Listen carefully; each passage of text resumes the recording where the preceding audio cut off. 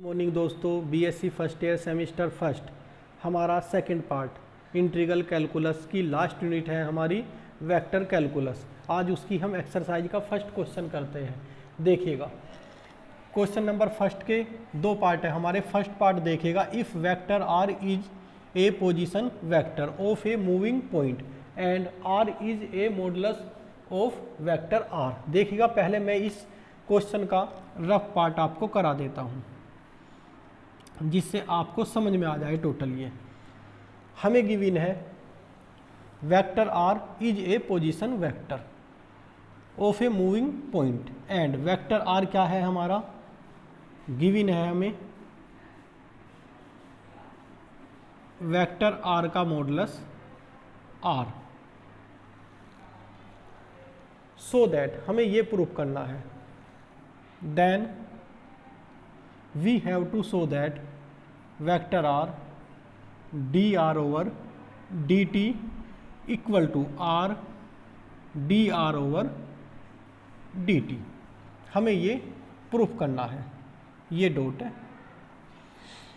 अब देखिएगा कैसे करेंगे। जब ये गिवन है हमें तो हम कर सकते हैं vector r dot vector r equal to vector r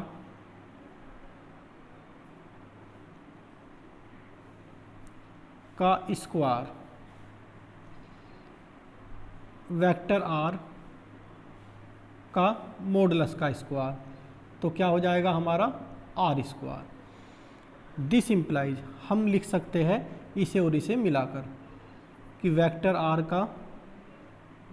are के साथ डॉट प्रोडक्ट क्या हो जाता है आर स्क्वायर। अब डिफ्रेंशिएशन कर लेते हैं दोनों side, d over d t vector r dot vector r equal to d over d t r square.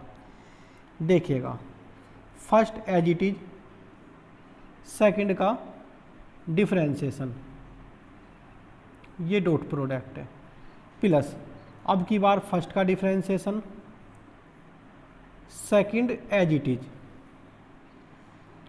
और ये 2r dr ओवर dt। देखिएगा, डॉट प्रोडक्ट में ये फॉर्मूला होता है vector a dot vector b को हम vector b dot vector a लिख सकते हैं। तो इसे मैं ये लिख सकता हूँ vector r dot dr over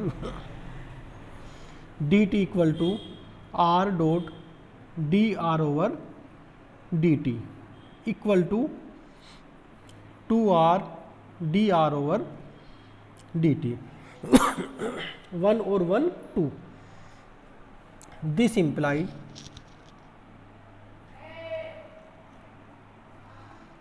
to vector r d r over d t equal to 2r dr over d T.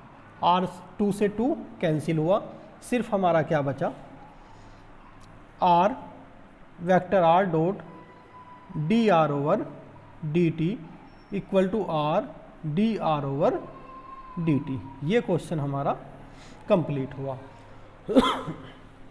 इनका क्या मतलब होता है,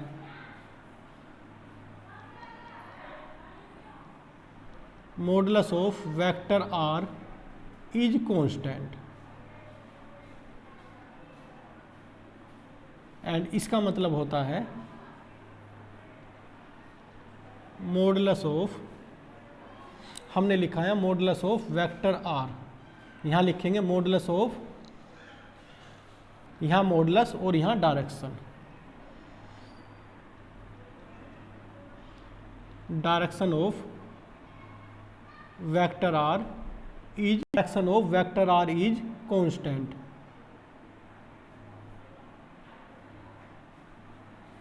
ये मैंने क्यों लिखा ये बता देता हूँ। देखिएगा, हमने आपको थ्योरम जो प्रूफ कराई थी, मैंने कहा था थ्योरम नंबर 4 एंड 6 भारत की हर यूनिवर्सिटी के लिए इम्पोर्टेंट है। हमारी वेक्टर कैलकुलस में जो सबसे ज़्यादा इम्पोर्टेंट थ्योरम है थ्योरम नंबर 4 और थ्योरम नंबर 6, इनके बिना पेपर नहीं बनता। जो भी वेक्टर कैलकुलस का आता है या तो थ्योरम नंबर 4 पूछ ली जाती है, थ्योरम नंबर 6।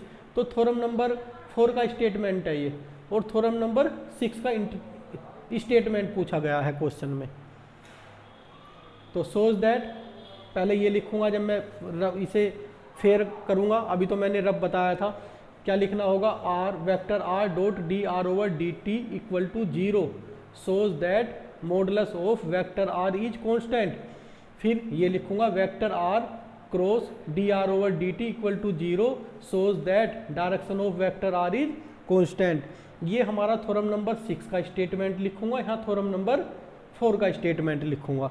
तो प्लीज़ आप वो लेक्चर ज़रूर देख लें, ये प्रूफ भी करे हुए हैं, और ये भी मैंने पहले भी प्रूफ किया हुआ था, थ्योरम का ही एक पार्ट है ये भी। तो ये क्वेश्चन आपका कंप्लीट हुआ। अब मैं इस क्वेश्चन को फेयर करता हूँ, देखिएगा क्वेश्चन नंबर फर्स्ट के फर्स्ट पार्ट का फेयर पार्ट गिवन है हमें वेक्टर आर का modulus equal to are.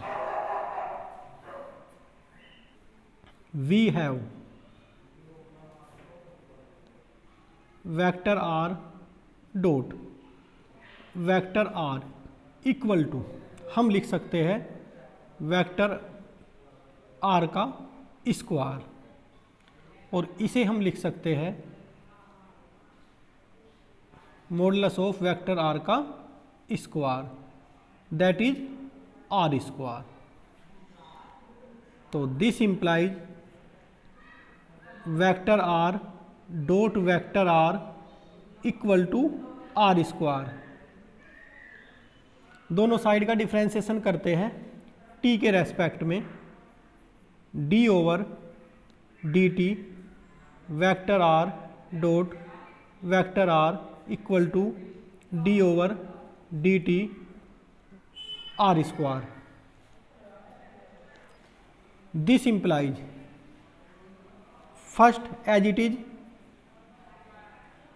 Second का डिफ्रेंसिएशन, अब की बार फर्स्ट का differentiation,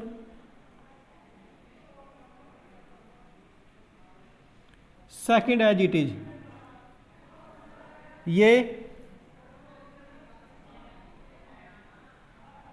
2r d r over d T.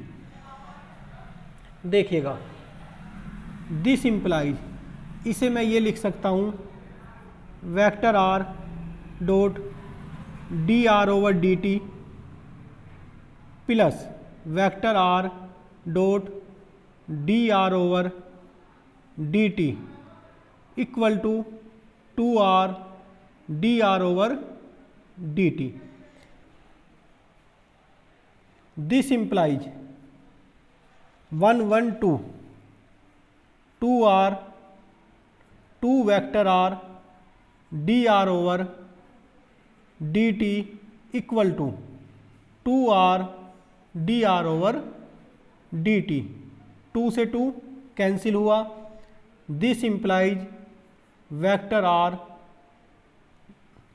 यहाँ डॉट लगाना है हमें, dot vector d r over d t equal to r d r over d T.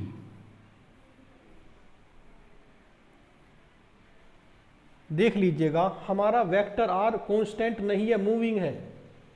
If vector are is a position vector of a moving point, अगर constant होता तो ये क्या हो जाता, 0। तो ये हमारा फर्स्ट पार्ट क्वेश्चन का हुआ। और मैं यहाँ ये भी लिख देना चाहता हूँ, एक प्रॉपर्टी जो है a dot b equal to b dot a, जो मैंने यहाँ यूज की है। अब इनका मतलब लिखता हूँ,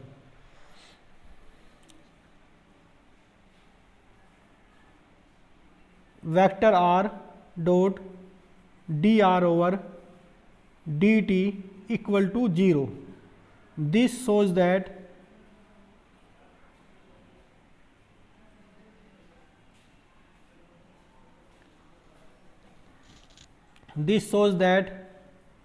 modulus of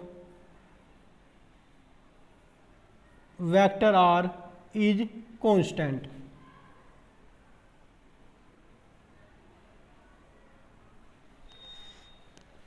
And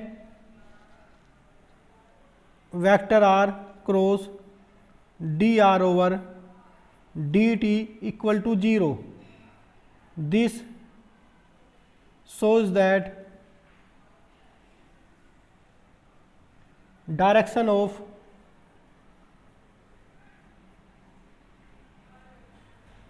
vector r is constant. यहाँ मैं नोट भी लिख देता हूँ, ये हमारा थ्योरम नंबर 4 का स्टेटमेंट है और ये हमारा थ्योरम नंबर 6 का स्टेटमेंट है और मैंने वे थ्योरम प्रूव भी की थी और वेरी मोस्ट इम्पोर्टेंट थ्योरम है 4 और 6। हर ईयर प्रत्येक वर्ष यूनिवर्सिटी के एग्जाम में या तो थ्योरम नंबर 4 पूछ ली जाती है, थ्योरम नंबर 6 पूछ ली जाती है। देखेगा जैसे कि पहला ही हमारा क्वेश्चन था, काफ़ी इम्पोर्टेंट क्वेश्चन था, तो इसमें इनका थ्योरम के बारे में पूछ लिया गया कि इनका क्या मतलब है, इनका क्या मीनिंग है। तो सिर्फ इनका मीनिंग क्या था, हमें थ्योरम का स्टेटमेंट लिखना था। तो दोस्तों हमारा क्वेश्चन नंबर फर्स्ट का फर्स्ट पार्ट कंप्लीट हुआ। अब जो हमारा सेकंड पार्ट है मैं इसे रफ करता हूं और सेकंड पार्ट को सोल्व करता हूं। देखिएगा क्वेश्चन नंबर फर्स्ट का second part. We have r cap equal to vector r upon modulus of vector r. This implies r cap equal to vector r upon modulus of vector r r. This implies vector r equal to हो गया हमारा r r cap.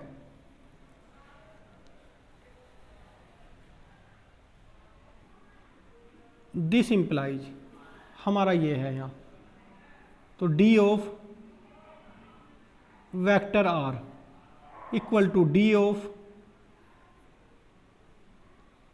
D for differentiation r r cap. This implies vector d r equal to r as it is d r cap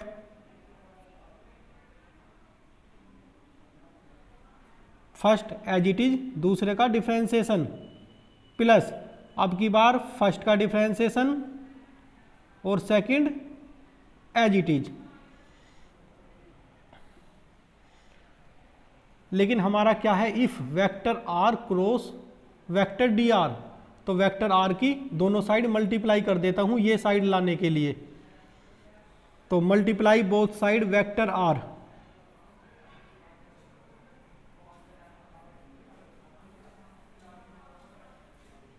equal to vector r cross r. ये multiply simple multiply नहीं है, ये हमारा cross product है। क्या है, cross product. ये होता है डॉट प्रोडक्ट और ये होता है क्रॉस प्रोडक्ट। ये नॉर्मल जो हमारा मल्टीप्लिकेशन होता है वो नहीं है, ये वेक्टर वाला है cross.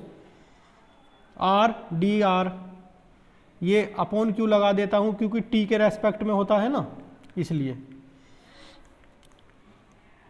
Plus d r r cap. This implies vector r की यहाँ वैल्यू रख देता हूँ आर आर कैप क्रॉस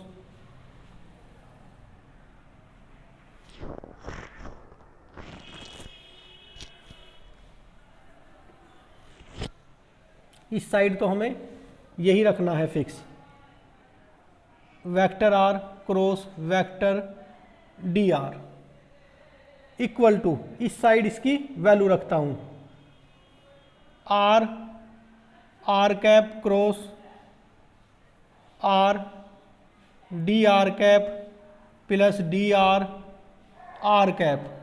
अब देखिएगा, this implies vector r cross vector d r equal to r square r r r square, और ये cross चला जाएगा हमारी वेक्टर क्वांटिटी के साथ,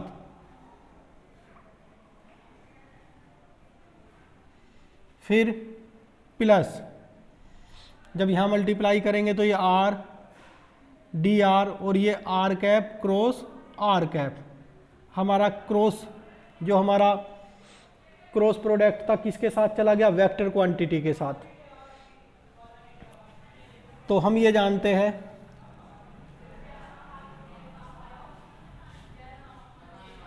ए cap cross a cap equal to क्या होता है, जीरो। तो ये जीरो हो गया तो सारी टर्म क्या हो गई, जीरो। सिर्फ हमें क्या मिला, vector r cross d r equal to r square r cap d r cap plus zero. अब देखिएगा हमें गिवन है vector r cross d r over vector d r equal to zero, तो मैं इसके प्लेस पर जीरो रखता हूँ, r square r cap cross d r. तो दिस इम्प्लाइज हमें मिला r cap cross d r cap equal to zero. ये हो गई इक्वेशन नंबर 1। अब हमारा and r cap dot d r cap equal to zero, reason लिखता हूँ, ये हो गई हमारी इक्वेशन नंबर 2। रीजन लिखता हूँ modulus of r cap equal to 1, क्या है हमारा कांस्टेंट, और कांस्टेंट के लिए क्या लिख सकते हैं हम, r cap dot d r cap equal to zero, क्योंकि ये हमारा आर कैप का मॉडुलस कांस्टेंट होता है 1। तो इसलिए फ्रॉम फर्स्ट एंड सेकंड से मैं यहाँ लिख रहा हूँ, so from first and second we get d r cap equal to zero. कब होता है किसी का डिफ्रेंसिएशन जीरो, जब हमारा आर कैप क्या रहा होगा, कांस्टेंट।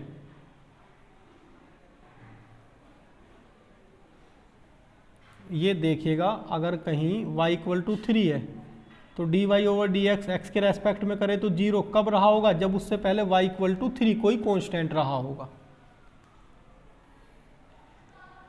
तो ये हमारा क्वेश्चन नंबर 1 कंप्लीट हुआ। इसे आप अच्छी तरह से तैयार करें। Thank you.